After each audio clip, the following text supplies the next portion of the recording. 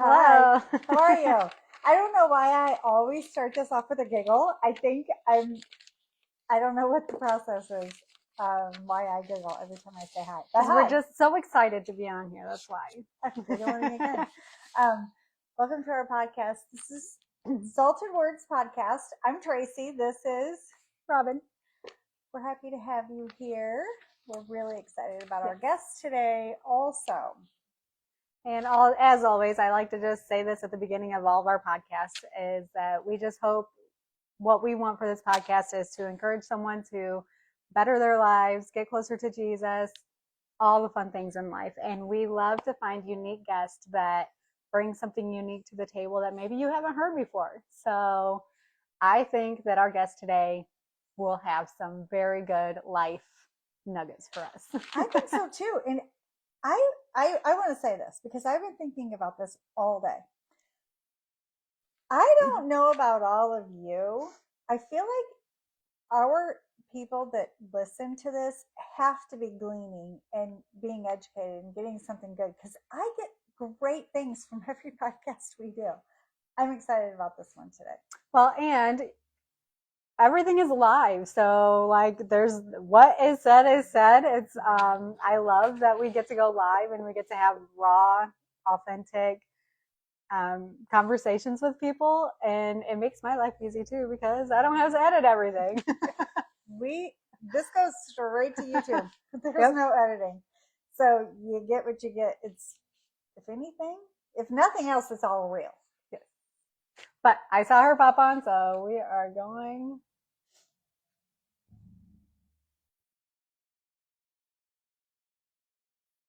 It takes a couple seconds to get our guest on. She should pop up soon. Yep. Hello. Hello. We were just saying how excited we were to talk to you. I've been Oh, thinking about this all day. I I need all the was tips that you've got. super refreshed to hear that it's just live, it goes up unedited because that's a little bit how I'm feeling today, a little unedited, and this is real life for me on a Me too. Tuesday. Don't you think this?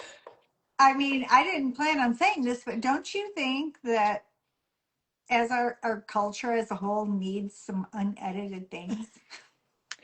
I Like, do think so. And I think I mean, at least I feel like I'm seeing that a little bit more in Instagram where things are unedited. I'm a little bit more drawn to content that doesn't seem so curated and polished. And somebody that's out there creating my own content, that's been a sigh of relief because I'm like, okay, I can just kind of throw this B-roll up, paste some caption in there, Yeah. and just call it a day. yeah, I think we're kind of over the inauthentic. Like when you're hanging out with your girlfriends, you're not editing yourself. No.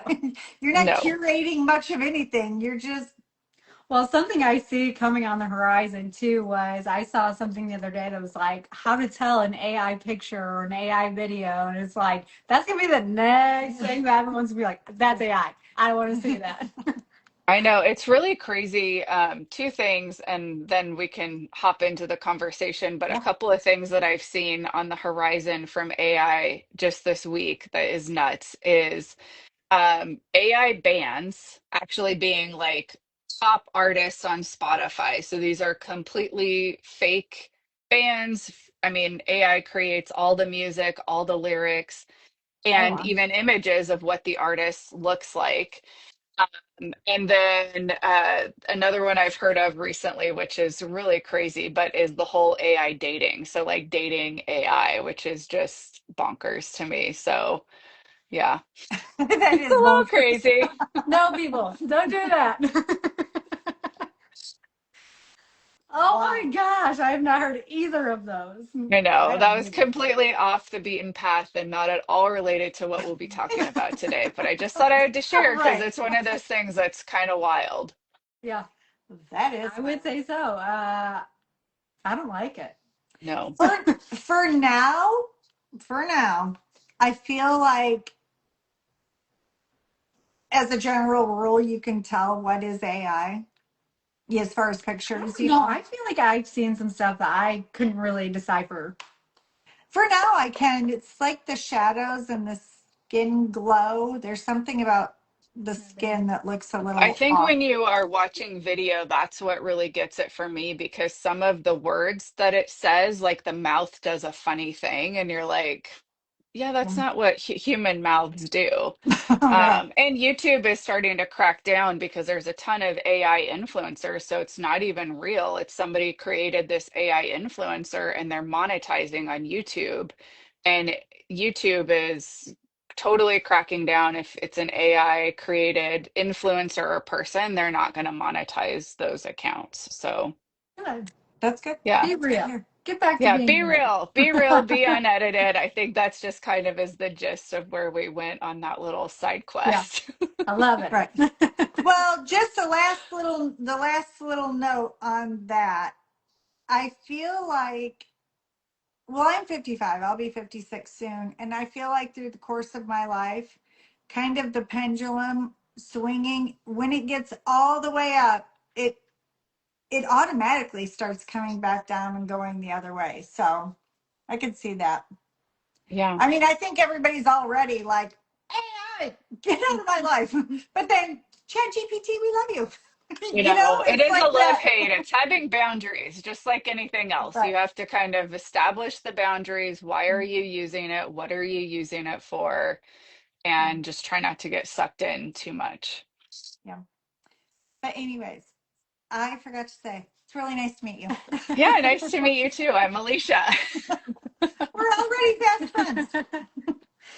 Um, so just to give the listening audience an overview, I like to do a list of questions over what I want to know and what I think would be really interesting for other people to know in real life, things that we can use practically to change our minds, change our lives, all for the better. Yeah, So we use a rough outline, but we don't adhere to it strictly. So if we get off on something that's way more interesting, we're just going to go with it. that works for me. Truth be told, I kind of glanced at the questions and that's that. I usually don't read them because I like for it to be just more of a conversation. So, I um, I just like the organization aspect of it. So to keep me on track, that's what I like about it. So we will get started unless we have anything other fun that we want. I'm no, good I'm down. good Lots to of brown go. girls. Yeah. I would like for you, since you just skimmed over the questions, I wanted to add this at the start and I forgot to add it. I would like for you to tell us a little bit about who you are and what you do as far as what we're going to talk about today. Yeah, my name is Alicia Carlson. I am currently in Oregon, so Pacific Northwest area. We're kind of in wine country here. I have two kids, so both kids are going to be in high school this year. I'll have a freshman and a senior. So, very interesting season of life, but good. The kids are older, a little bit more independent. I'm married. We've been married for 18 years now, which is crazy. I've officially passed that tipping point where we've been together longer than not, at least for my life. Um, And my husband's in the National Guard. So we are a military family, but he's not active duty, so we don't live around a base. So that has been kind of an interesting sphere to navigate a little bit about not being a total civilian family, having some military ties, but not really having that support and that community of other families, kids, women that also are in the military life as well. Um, so that's a little bit kind of about me personally. Professionally, I am a certified functional strength and conditioning coach, certified in a women's health specialist certification, nutrition, did the kinesiology. So I really dove in.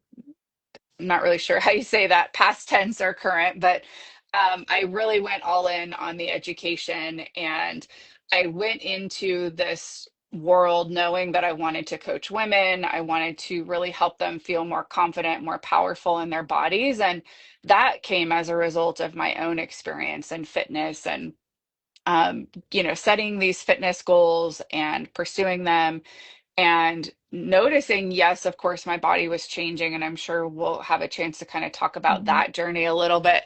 But mentally, the way that I carried myself, the way that I have showed up since then has radically changed because of fitness and, just the mindset and the fortitude and the grit and the resiliency that is developed through that.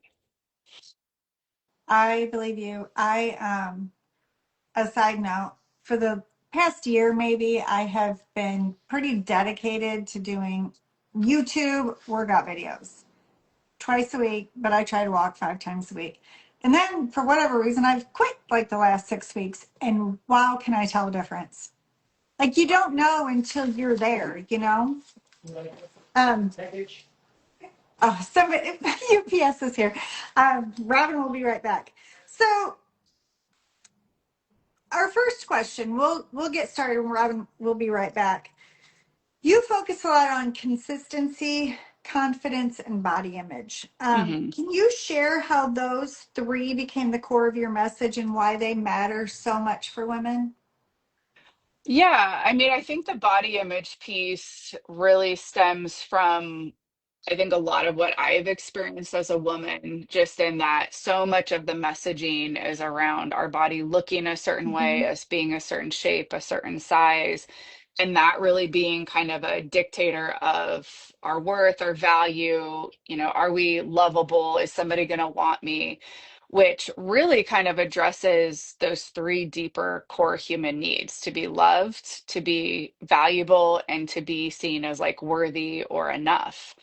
And I think unfortunately, we look to kind of that external thing, what does the body look like, rather than that identity or that value, that worth, that lovability really coming from who we are in Christ and what does God say about us and those kinds of things. I mean, just being a human being made in his image is enough of a validator for your worth and your value as a human being and your ability to be loved.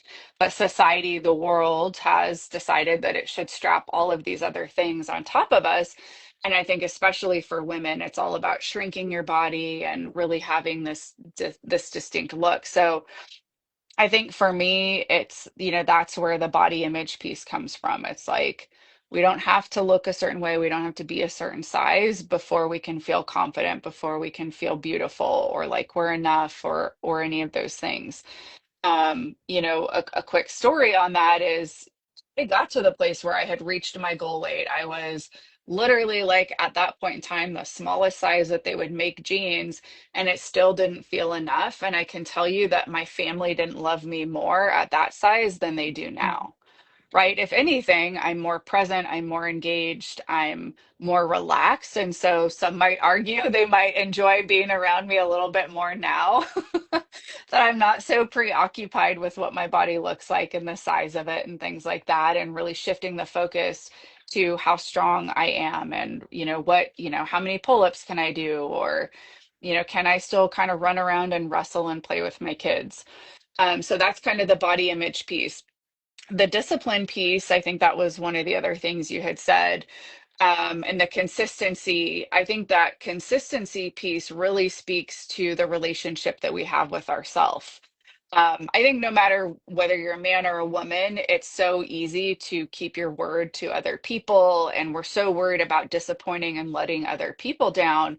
But we don't think twice about letting ourselves down or disappointing ourselves and not keeping our word to ourselves. So, what this might look like tangibly for a lot of the moms that I work with is, okay, I'm ready to, they're finally motivated. Usually it's, I want to lose some weight. I just don't like how my clothes fit. I don't like how I feel in my body.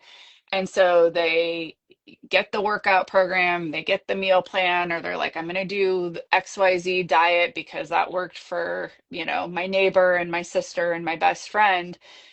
And they're like, I'm starting on Monday. And maybe they do the workout Monday, but by Wednesday, I didn't get good sleep. The kids were up. Now, it's all these other things. And they've already broken that agreement. They've already broken that commitment and their word to themselves. And so that consistency piece is huge because on a subconscious level, it really is communicating the respect and the relationship that you have or that you don't have to yourself. And I know that it's really easy in our world to be so self-focused, but I do think on some level, the relationship that we have to ourselves is a huge determination or a determining factor of the quality of relationship that we can have with the people that we love the most. I do believe all that. It's hard to talk myself into the whole package. I am definitely one of those that I definitely want to be thinner than not as thin. I feel like if I look better in my clothes, my world is better, you know? And however that came along, I don't know.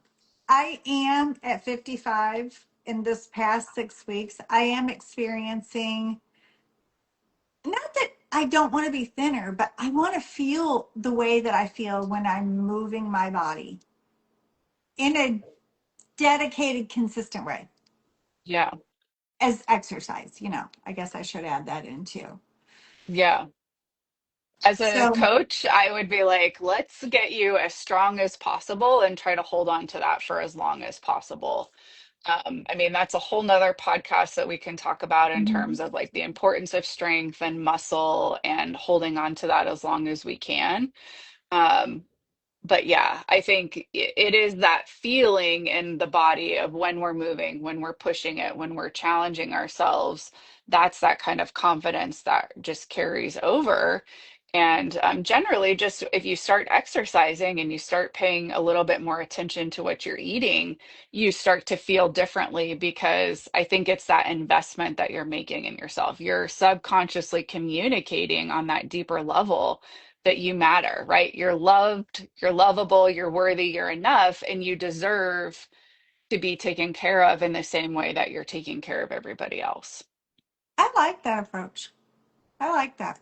That Well, that's we're the as stronger worthy as way. somebody else. What? I said, well, that's the stronger way approach. I like it. I really like that. I think that's probably very effective for the people that you coach. Everybody, go get Alicia as your coach.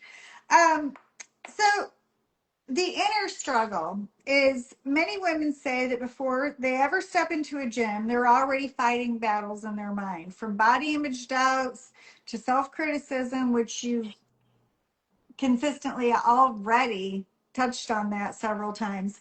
How do you help women shift that dialogue, that inner dialogue? You've already been shifting mine in 5 minutes. So just so that I'm understanding the question, the barrier for a lot of women is just the mental dialogue or those mental struggles to just getting started. Yeah. Do you want to talk about some of the common mindsets that I Yeah. see or some of the common beliefs Yeah. or um, things that I hear women saying a lot? A lot of times it's, well, I just need to lose weight before I start. I just need to, I just need to kind of get my act together and then I'll get started. Mhm. And my challenge or my gentle probing there is, if you could have done that by now, like why, wouldn't you have already done that? Why wouldn't you Mhm. have already done that? So I think there's this misconception that we have to be in a certain place or life needs to look a certain way. I need to be less busy. Life needs to just kind of slow down a little bit. And the reality is life is never going to slow down. There's never going to be a less busy season, unless we're intentional about kind of sifting and sort of weeding certain things out of our schedule, out of our life. And part of the reason for this is that we create that external reality in the mind first. And a lot of us are so addicted to being busy and being needed and being pulled in so many different directions that as soon as life starts to slow down, that can feel really uncomfortable and really unsettling. And so subconsciously, they go and sign up for a bunch of other things to re-busy themselves. So there has to be kind of this mental weeding, if you will, of we're weeding certain thoughts, certain beliefs out. And a lot of us, especially as women, our worth, our value, our identity is tied into being needed by other people. How many times do you talk to somebody, oh, how are you doing? Oh, I'm so good. We're so busy. Life is so busy. I'm like, that is the last thing I want to be is busy. That is not how I want to feel. And this was several years ago at a women's Bible study, but they said the acronym for busy is buried under Satan's yoke. And that's so good. It keeps us distracted. It keeps us chasing things oftentimes that we think that we need according to what the world says. Rather, when you look at the way that Jesus lived his life and the way that he kind of called his disciples, it was at a much slower pace. I mean, they were doing things and he was making things happen, but he still made time first thing in the morning to go be with his father. There was still time that he needed to go away and rest. And so I think that's been something that's really been important to me over these last several years is not hustling and not being busy, but it's like just being very intentional with the way that we're living. So I think if you're telling yourself you're going to wait to get started until life slows down, that's probably not going to happen unless you get really intentional and really Mhm. purposeful with cutting some things out. So the best thing you can do is figure out how to do it at the craziest time when life feels so busy, when life feels so chaotic, because if you can figure out how to be consistent then when life does start to slow down, it's you're not going to have to think a second thing about it. I think a lot of times we do it backwards. Another thing I see a lot of times is the all or nothing thinking. So I can't do the full 60-minute workout today, so I guess I'm just going to skip it. I'll do it tomorrow. Well, that doesn't make any sense. Like, how is doing 0 minutes of a workout better than doing 10? And so it's kind of reframing this perfectionistic mindset. I have a professor that I think about often, and she told me because at the time that I was getting my degree, there was a lot of performance-based striving, right? Getting good grades and all of these things and trying to get perfect grades. And she said she would constantly tell me, Alicia, C's get degrees. Nobody's going to look at your diploma and know that you got C's or 70% in all of your classes. And I'm telling my clients that all the time. C's get degrees. If you did something 70 to 80% of the time, you're going to be so much further ahead than doing something 100% of the time, one day out of the week. So it's kind of reframing this perfectionistic and this all or nothing mentality as well. I really like that. I like that too, just because I feel like I also like I can see where that mindset comes from. Is like, well, there's a lot of type A people in this world, and it is all or nothing a lot of the time, and you know that can't be good. No, no, it can't. And, I mean, I think we should still be aiming to do things well and to do it with excellence, but this unrealistic standard of perfection is just not, that's not doing anybody any favors. Right. Well, and if you decide that you're going to do nothing, if you can't be perfect, perfection is after practice. Hmm. So, even that mindset.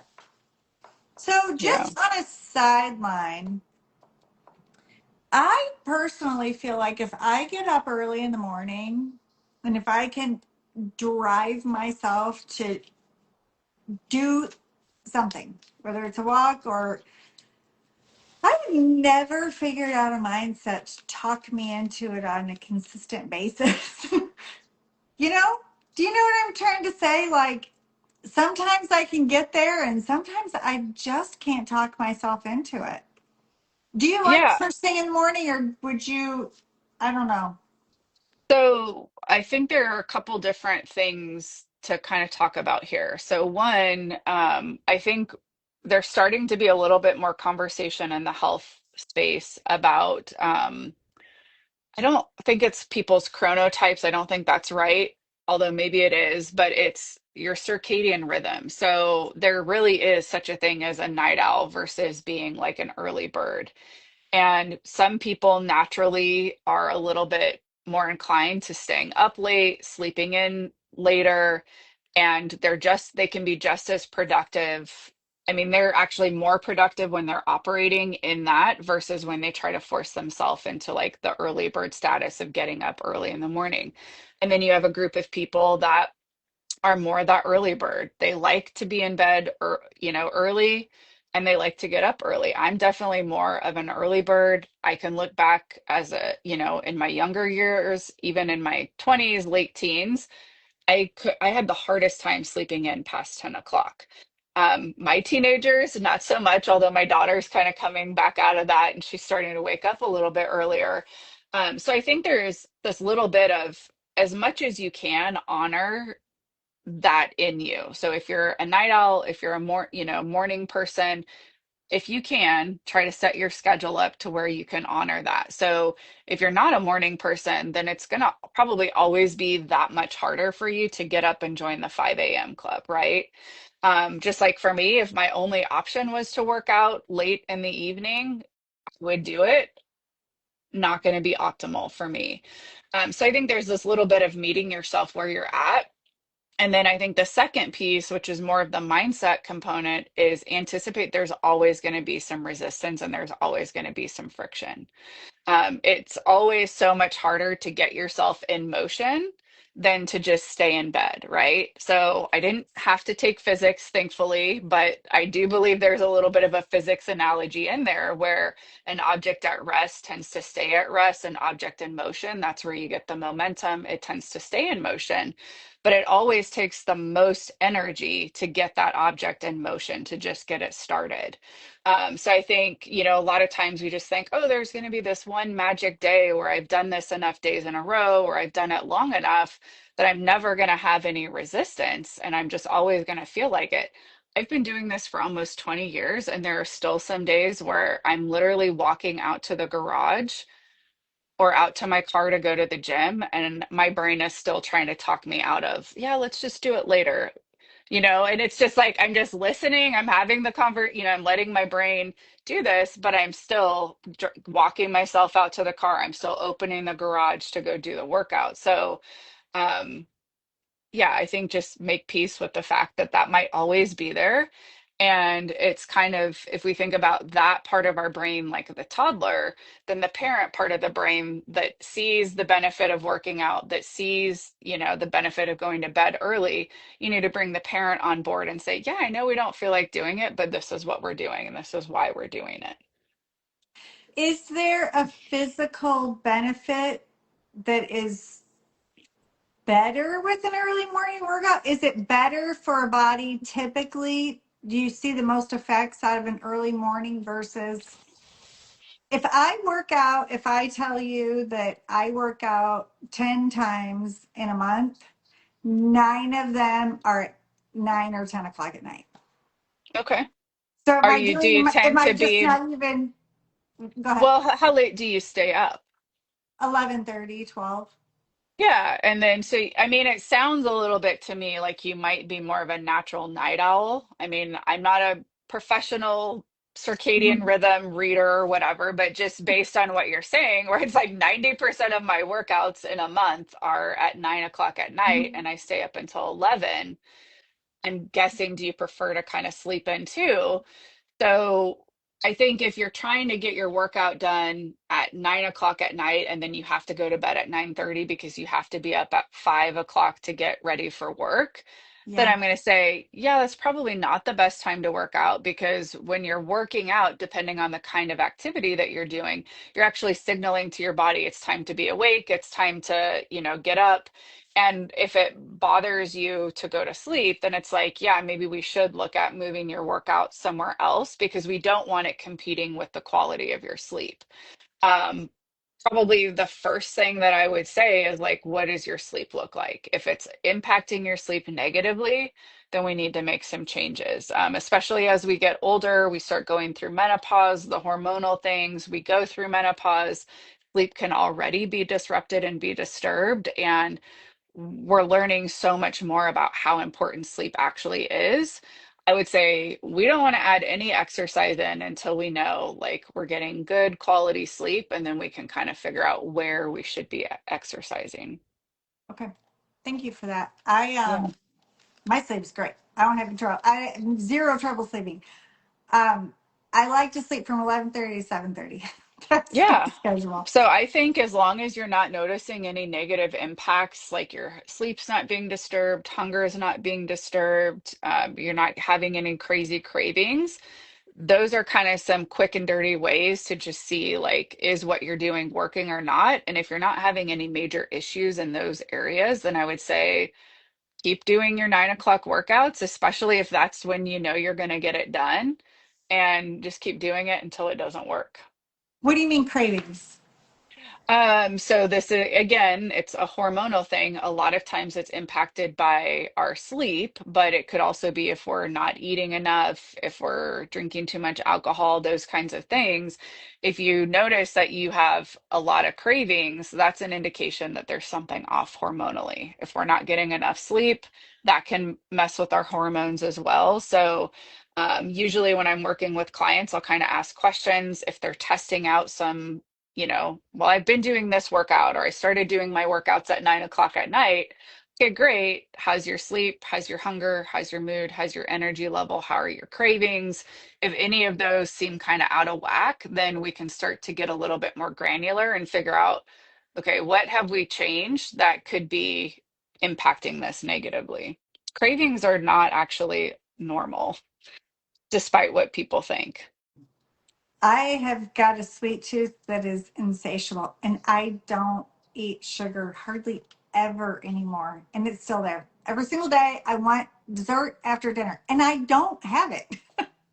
That could be a little bit habitual too. So I mean, there's definitely some things that we can kind of tease out a little bit, but for people to just always have cravings, that's kind of an indication that there's either it's a habit, it's just, oh, I'm used to having this thing at this time, and so your brain just kind of expects that. Mhm. Or it could be, you're underfed, overworking your body, too much stress, and then that could be another reason that cravings are triggered.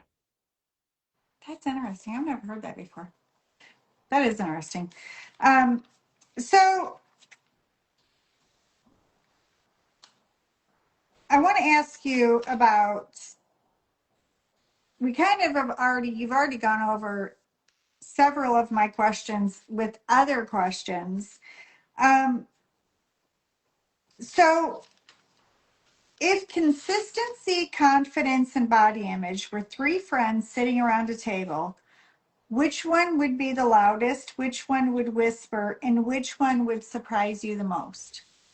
Oh gosh. Okay, so you said consistency, body image, and And confidence. confidence. Mhm. Oh man, I think it depends on your mental and your emotional state and really your relationship to yourself. But I would say if you are kind of a typical standard woman, let's say that hasn't really done a lot of work in this area, if I had to guess, I would say that the loudest one there is going to be body image, probably a negative one. Mhm. Um, Confidence might be kind of more of that whisper, or maybe you notice she gets kind of boisterous or can kind of perk up in certain settings and situations. And then what was the last adjective? Consistency. Yeah, Consistency. but what were the adjectives that you Surprise. used? Surprise you the most. Probably confidence would surprise you the most, and then consistency would be the quiet friend at the table. That is very interesting to me. I I love psychology. As I'm sure a lot of people do, especially in this online world, you can figure out so many things about people. But I think that that alone could help women, especially. Women think differently than men do. We're so much more fussy, than someone's knocking on me. We have a lot of company today. This never happens. Maybe you need to pull up another chair. I don't know. Um, so were if consistency is the whisper and confidence would surprise you the most, maybe maybe the confidence is what would be the catalyst to get us moving in one direction or another. Would you say that? If you I, have I the confidence to set the tone, feel like you're important enough. I don't know. yes, I That's think interesting. confidence can definitely be a catalyst. I think a lot of what stops people from starting anything or really making changes is that lack of confidence, that lack of belief, either that they can do it, right? There's this, I think a lot of times there's this inherent underlying belief that there's something wrong with me. I've tried all these other things to make money, to lose weight, to, whatever fill in the blank is, and none of it's worked. But when we really start to look at, well, how did you try? Like, what was the approach that you took in trying all of these different things? That's usually where we can see, well, I did it, but I didn't see any results, so I stopped. Okay, so we don't actually know that the thing didn't work. And I wouldn't even say that you're broken. I would say your brain is working like it should. And it's, on default, it's always looking for immediate gratification. So we do the diet, we do the workout plan for 5 days. We don't lose 10 pounds. And we're like, well, this doesn't work. I just killed myself for 5 days. I've been so miserable. Now I want to eat the entire house. And this thing didn't work, right? Or there's something wrong with me. Um, so I think it's like if we can kind of neutral the emotion out of it and just understanding that whether your goal is weight loss, whether your goal is learning how to build a business and make money doing it, when we break it all down, it really is just a series of different skill sets that you have to learn. And one of the ways that we build confidence in anything is through competence, right? So it's like the more we feel like we could do something successfully, the more confident we become at doing it. Now, sometimes I think there's a little bit of false confidence that goes into it. And maybe that's when we're super excited for something and we're like, okay, I got this. This is going to be the different time. But unless we change what's happening on a brain level, we're going to keep repeating all of the things of the past because it's not necessarily about what we do, but it's how we do it. It's that mindset, it's the heart set, it's that posture, the place that we show up to do the thing. And so that's where it really is so important that you're also working on rewiring your brain as you're trying to implement these new habits and these new behaviors. And really, you want to look at your identity and the self concept that you have, the way that you talk about yourself. If you're like, oh, I've just always struggled with blah, blah, blah. Like, I just, I can never stick to a meal plan. I just have the hardest time sticking with a workout. What do you think you're like reiterating to yourself? I can't Mhm. stick to a meal plan. I have the hardest time sticking to a workout. So it doesn't matter what you do, you're going to run into the same obstacles. I would say one of the caveats there, and maybe this is a way to kind of speed it up a little bit, is by hiring somebody for that accountability. You're doing two things. One, you're making yourself accountable to somebody outside of you, which we established Mhm. at the beginning is so important because we're less likely to break our word to somebody else. But two, you've got skin in the game because there's a financial investment. Mhm. And unless you just have a ton of money that you don't care about wasting, most people are like, I've paid for this and somebody's expecting Right. me to be there. I'm going to be there. And so that sometimes can be a way to kind of bypass or kind of short circuit that a little bit, because if I can get you to show up for me enough in the beginning, eventually you learn you're starting to show up for yourself. But a lot of times it takes that investment. It takes feeling like you've got some skin in the game and having somebody else that you're being accountable to. I agree with that. Um, I agree with that a lot, actually. Having somebody to consistently encourage you is very helpful. It's very useful, I think. Well, even in the times where, like, a bunch of us all wore watches for a while and we would all challenge each other. I mean, there is something to that because I didn't want someone to beat me or know that I didn't do anything for the day or know that didn't get my steps in. So the same thing would translate with paying someone for that accountability. So I've not put those two and two together, but that is true. Yeah, Yeah. Do you do just in person? Do you do online courses? You I do, do? yep, I do virtual coaching. I do have courses that people can take. Of course, I'm partial to doing the course with some coaching, because I really do believe that that is kind of the linchpin that creates the transformation. Otherwise, all the free courses you've downloaded, all the things that you've bought in the past, would be working for you, right? But Right. it's this little thing we have up here that's kind of driving the show in so many ways that we don't even realize that if we don't also address that or take care of that, it doesn't really matter. You could have the best strength training program, the best workout program, the best, most personalized diet with, the perfect amount of everything and it's everything that you want to eat. I mean, it could be the most perfect plan and you're still probably not going to do it because of all the reasons you haven't done anything along those lines in the past. Yeah. So this just occurred to me as you were saying this, and kind of putting it, kind of bringing all the things that you've set up to this point. And also, so if I care enough about myself, I'm willing to extend my confidence to the point that I can become competent. And I'm, you know, making the effort to be consistent. There's a lot of times with myself that if I don't know why something works or why it doesn't work, it just becomes this state of confusion. And then I don't know, I don't know how to navigate through some things. And as you're sitting here talking, I'm thinking about, I'll just pop up a video on YouTube.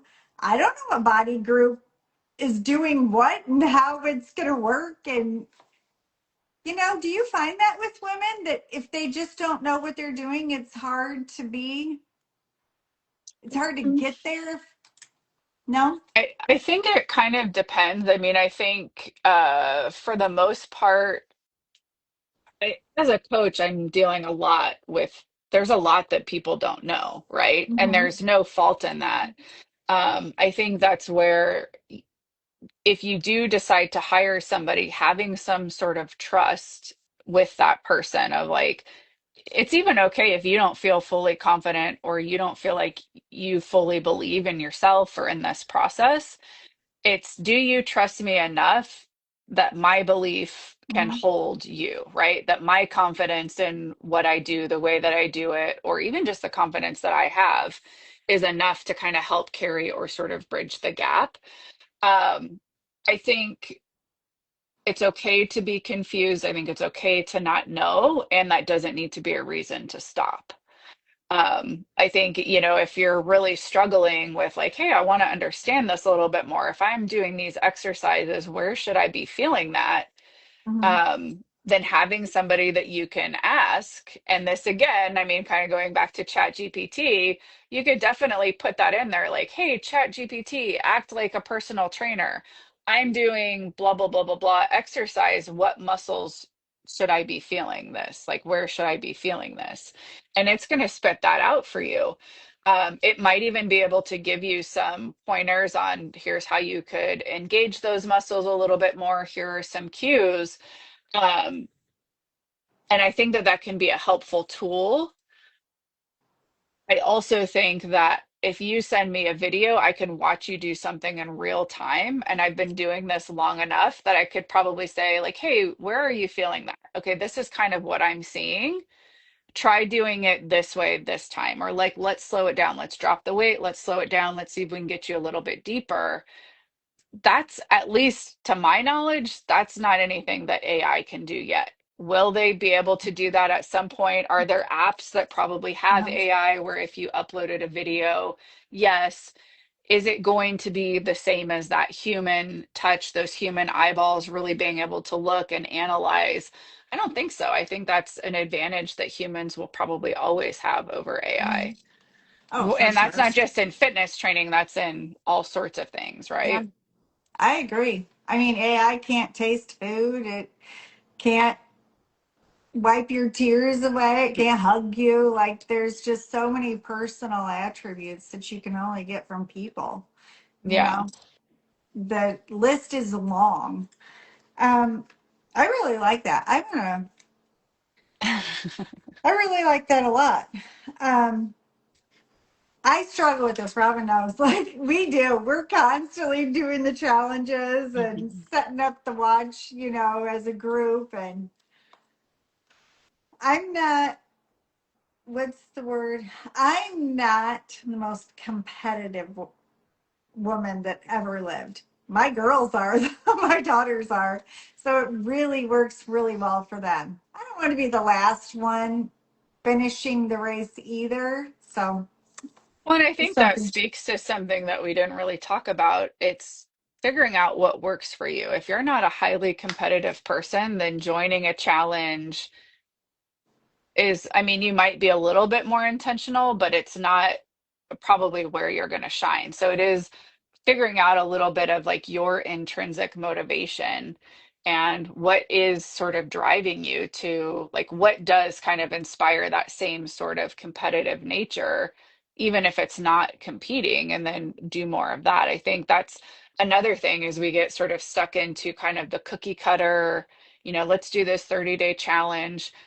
I have arguments for and against those. I think a lot of times it kind of creates sort of diet mentality of like, okay, we're going to do no sugar, no flour, no alcohol for Mhm. 21 days. What do people do the 7 days leading up to that?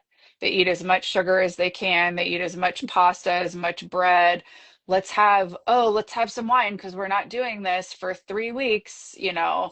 And it kind of creates sort of that last meal mentality. Whereas if you're really doing it like I think the best way to get your most, wait, the best use of challenges is to really see what comes up for you in the absence of something. So even if the thought of like, I'm not going to have alcohol makes you want to drink, that's something to lean into. Oh, I'm Mhm. giving up sugar for 30 days. Now I just am craving cookies all the time. That's something to lean into. There's an emotional, right? It could be habitual, but oftentimes there's this emotional mental crutch on these things. And so it's like when you think about taking it away, that's where you have the opportunity to see what comes up, and that's the real stuff to work on. That's interesting. I've never thought about that before. That is interesting. I had just a bit of a side note. 2 weeks ago, I binged on all the sugar I could fit into my body. We make these huge sourdough cookies, and they're delicious. I ate They five of sound them. delicious. 5 of them. Over way, way obsessively. I I I had severe brain fog, like I've never felt before. It scared me. I haven't had sugar since. So for anyone listening, brain fog's real. So I could have put that to use, which sugar is my And worst you enemy. really could, I mean, you could still do some sort of looking back reflection of like what led to the binge? Why did you have this binge? What was that emotion that you were feeling? What was going on around you in your life that kind of led to that? Were you getting ready to start a challenge where I'm like, I'm not going to be able to have cookies for 10 days. So like, let's get all the sugar in now. So there's a lot that we can learn and kind of glean from ourselves and past patterns and habits. And really just, I think, through the lens of curiosity and acceptance and being mindful to not judge or shame yourself. But it's Mhm. just like, hey, let's just be curious and let's just explore. Like, that's really interesting. Why did I binge on this? Like, what was going on? And just seeing if you can kind of learn and then you can take that and apply that next time. Yeah, I like that. I like that. Um, we love to end all of our podcasts with a golden nugget. We believe that everybody has something to throw up on the table that other people can grab and use for their own life. If you had one thing to tell everybody about fitness, about your career that would help them, what would that be? I mean, I do think that really comes back to your relationship to yourself and seeking to understand that deep motivation behind the goals, right? It's like I said, it's not just the what you're doing, but it's the why, it's the how that you're doing it, it's the mindset, it's the heart set. And if we take it all the way back,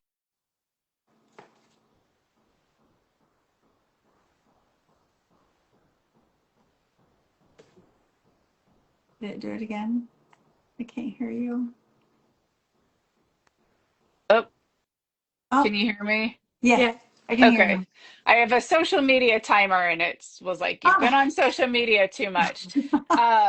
But it really is just exploring like, am I looking to be validated, loved, worthy enough? And once we kind of clean that up, when we just establish we are those things because we're made in God's image, and especially if we're one of his daughters, then absolutely you're loved, you're enough, you're valuable, you're worthy. You can approach your goals from a very clean and healthy space mentally and emotionally. I like that. I like that you started with that. It shows a really strong attachment to that, and that's how you chose to finish. And it's we are made in the image of God. And a verse that has reminded me, I've been reminded of this verse for this whole conversation. It is in Philippians, it's being confident in this very thing that he which hath begun a good work in you will perform it until the day of Christ. We can have confidence in Christ that the very image of himself, he is willing to go the long haul with us. Yes. My phone really wants me to get off social media. It just kicked me off again. I did. It was so nice to meet you, Alicia. Well, tell your phone sorry for keeping you for so long. Yeah, I do not need to apologize to my phone, but yeah, I have a certain amount of time that I allot for social media and That's different good. apps, and I've definitely exhausted that today. Well, But I it would, was all worth it. yeah, we would love to have you on again, and we could even streamline it, get more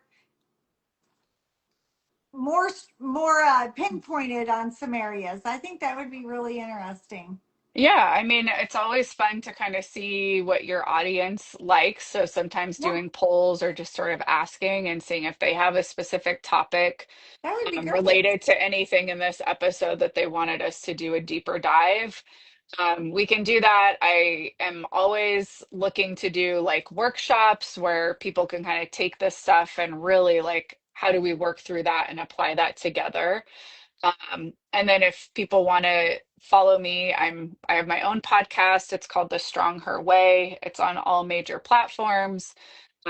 Kind of like you had asked earlier, I do virtual coaching, so we don't have to be in the same place. So if anything spoke to somebody or they want to kind of do a deeper dive, then I've got some group coaching options opening up and some one-on-one spots that are open. And yeah, would love to I just kind love of have a that. chat.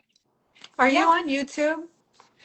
I am slowly getting over to YouTube. I just Okay. need to like start because I've been better about doing the video with the podcast. So I just need to start like uploading it there. I have been kind of dabbling in the shorts a little bit. So yeah, I do need to get better about that. I think that's something I've been feeling in my spirit a little bit. Well, Robin will, Robin's the IT. She'll get connected with Yes. all of your areas. Yep. And we'll put this whole Perfect. video also on YouTube, and I'll tag you on it. Okay. Yeah, we unintentionally got like a three-part series. Well, on YouTube, I'll splice them all together and put them like all as one video. But Okay, well, thank you guys so much for having me. Yes. This was such a joy and privilege. Yes. God bless you and have a great afternoon. You guys as well. All right. Bye. Bye.